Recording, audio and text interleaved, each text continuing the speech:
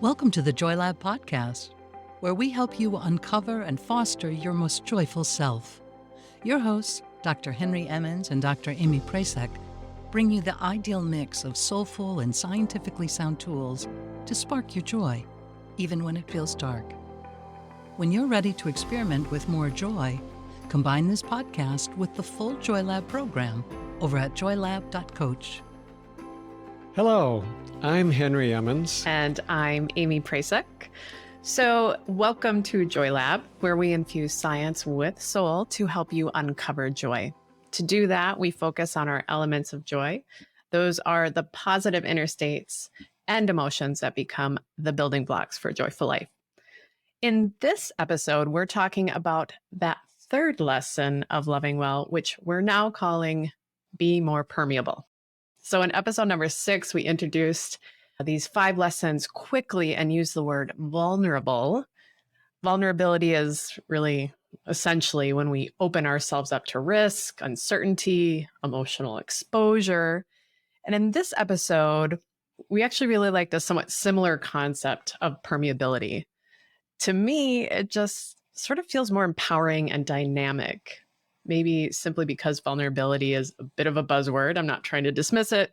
So, Henry, maybe you can dig into that more. Can you describe permeability for us and how it might show up in our lives? Sure.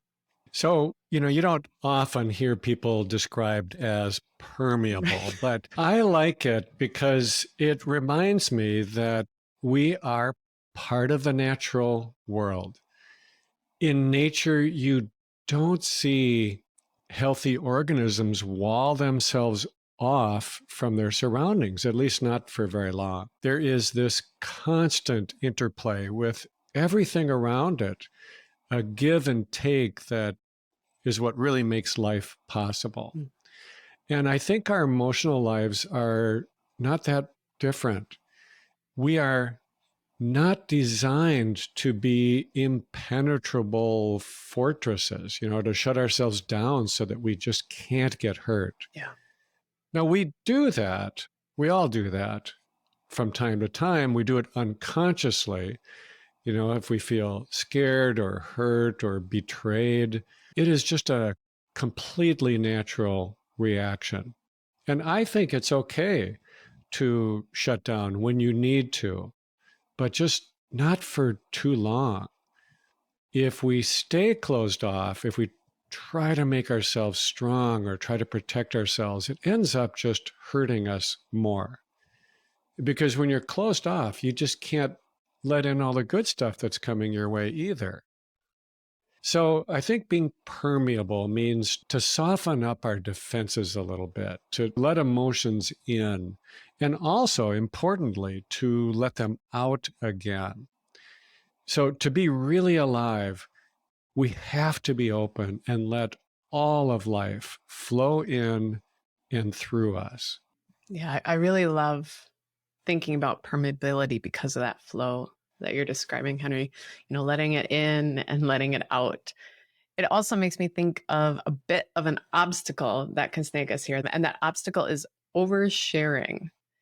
I think this is super helpful for those of us who have maybe a high threshold for sharing information about ourselves, or that'd be a low threshold. You know what I mean? We're open to sharing it. Just thinking about that. But I'm totally in that camp. If you ask me about something personal, I'll give you the answer, generally without any hesitation. I will give you the information, even if you don't ask, probably. And at times, I think that can really feel like vulnerability. And it's why we can lean into oversharing sometimes, because we're thinking that, hey, I'm practicing vulnerability. I think Dr.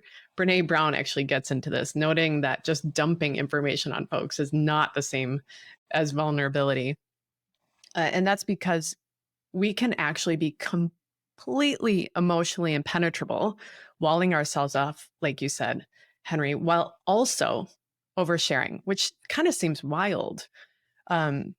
Example, I might TMI you all day long and at the same time have a terrible time letting you know that I can't handle something and need some help, or I'll tell you all sorts of stories about past losses or struggles, but I'm not going to let you know that I'm sad now and could use some support.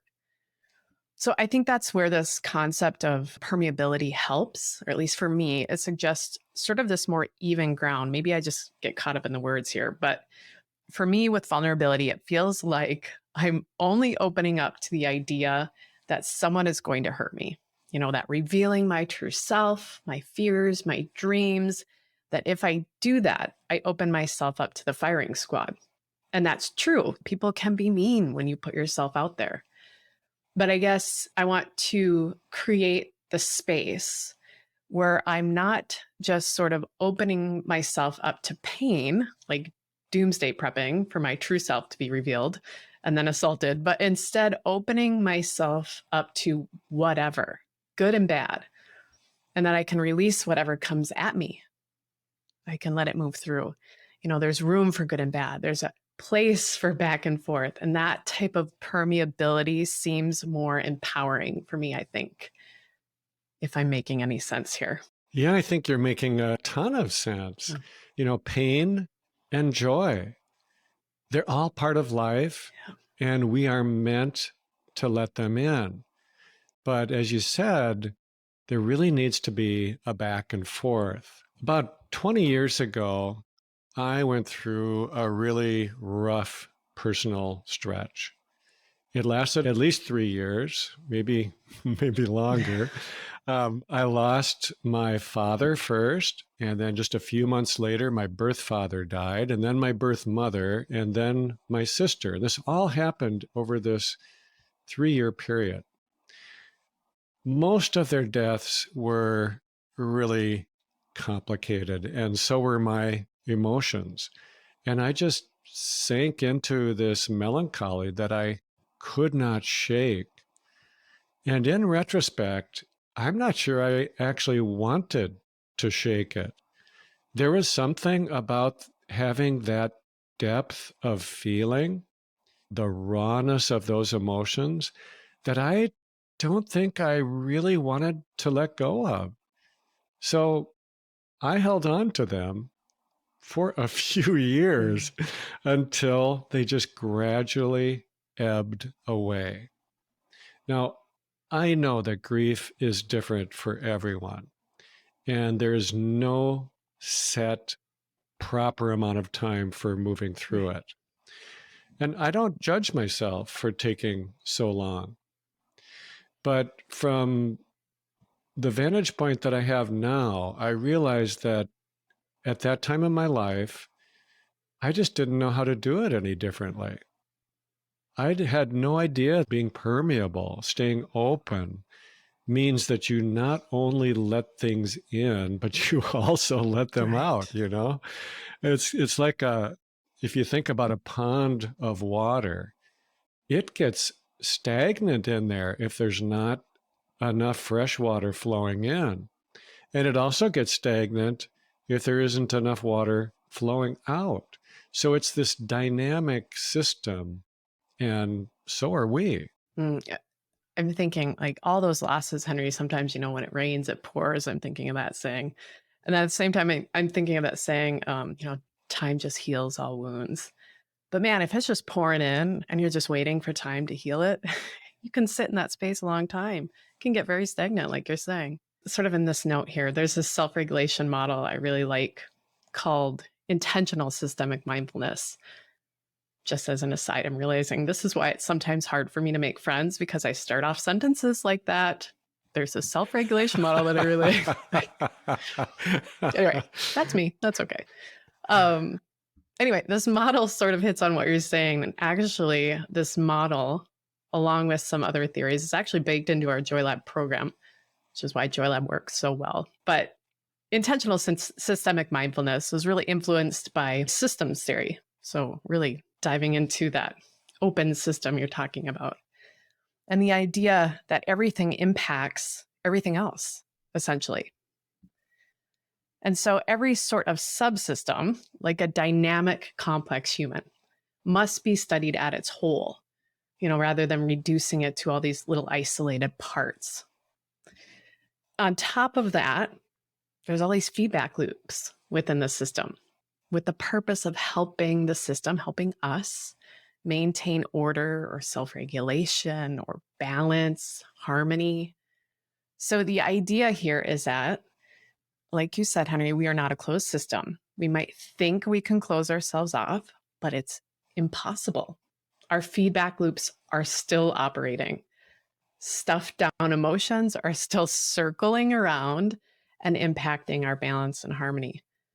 And so with intentional systemic mindfulness, and what we do here at Joy Lab, we can set some intentions within those feedback loops. We can feed into them to support that self-regulation process. It's what starts that upward spiral too that we talk about here. So specifically, we can use mindful attention and qualities of mindfulness is what the authors of this model note as intentions to move things through our system, to maybe come out of that melancholy when we're ready, or to sort of ignite that process, to move them in and out, those emotions. These qualities of mindfulness, in my opinion anyway, are really similar to what we work with here at Joy Lab, these 12 elements of joy. So I'll take love as an example. We can use this element of love, this intention of deep care for ourselves and others as a quality of attention. How we attend to a friend, how we attend to what we're feeling inside. So you can see then how this type of attention impacts the feedback loops. So I attend with love. Even if you come at me with an insult, then it just doesn't sting so bad. So I don't come back at you with venom or a violent action. It moves through my system in a totally different way than if I was attending to you with distrust or hate. So I guess my point here with this model is that it reinforces that permeability is absolutely our natural state within our own individual system and between all the other humans, all the other systems around us. Things have to move within us and through us. But obviously, that's way harder with emotions and experiences that aren't so positive. And the point of attending with these intentions, these qualities of mindfulness, these elements of joy, it's not to dismiss what's true for us or the reality of the situation. It's just like adding an ingredient, it gives us back maybe some control here. So Henry, let's end by maybe talking about that. How can we hold permeability for all of it? Maybe even more so that openness from the start. How can we be open to be permeable with both the joyful and the sad? So I am going to turn for this to the great poet Rilke. That's a good idea. Yeah, it is. It is a good idea. In one of his poems, Rilke was clearly giving us advice for how to live well. And here's just a small part of what he wrote. Let everything happen to you, beauty and terror. Just keep going. No feeling is final. Now, I was just really struck when I first read that. In these 3 short lines, he captures so much of what it means to be human. Yeah. We are surrounded by this incredible beauty. There is so much goodness and love in the world. And that's still true, I think. Right. It's just all around us. But let's be honest, there is also a lot that is fearful or maddening or just plain sad. His advice is so direct, so simple. Let everything happen to you. I just love that. He's saying, don't resist. Don't push away the stuff that makes you feel bad. And don't hold too tightly to the stuff that makes you feel good. Just allow it all to be there. Let it all in. Be permeable. And then he says, just keep going. That is such a good description of resilience, isn't it? is no matter what happens, just keep going. Stand up, place one foot in front of the other, and keep going. We do not have to be stopped by our emotions. Why not? He tells us, because no feeling is final. Feelings come and they go. They are never permanent, although I know we sometimes think that they are. I have come to think of the painful emotions, the terror, as Rilke puts it, like compost. They're not garbage that we throw into a landfill somewhere and just let sit there, out of sight, out of mind. They just keep piling up that way, and we'll eventually have to deal with them.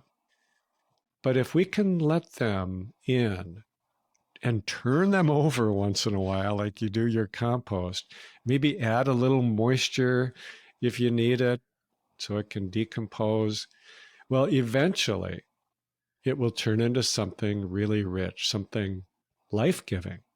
So, it took me quite a long time to compost my series of losses, but I did eventually. And that's actually when I really started to write. I started it as a way to help me process all of that. And to me, this is interesting that a lot of my journal entries during that time eventually found their way into my books and into what I think of as the richest and best part of my books. I love the compost metaphor. And now I'm imagining with intentional systemic mindfulness and gardening, all we've discussed, that we're adding worms of joy, worms of love, compassion to get in there and help turn that soil over. I don't know if that helps anybody, but anyway, those worms can be your elements of joy. But also, I like to think that we all write our books, the stories of our lives. Each story we write then opens up the next chapter as well. So maybe that's a good place to close here, to close this chapter, this lesson of love, of being more permeable, before we talk about our fourth lesson on loving well in the next episode. So Henry, do you have maybe the last paragraph for this chapter, something to send us off with? Sure. Let's just try to remember this, that joy is there in whatever is happening, if we can simply allow it to be there. No judgment, no resistance, no grasping. Let everything happen to you, beauty and terror. Just keep going. No feeling is final. Thank you for listening to the Joy Lab podcast. If you enjoyed today's show, visit joylab.coach to subscribe for your monthly infusion of joy and to learn more about the full Joy Lab program. Be sure to rate and review us wherever you listen to your favorite podcasts.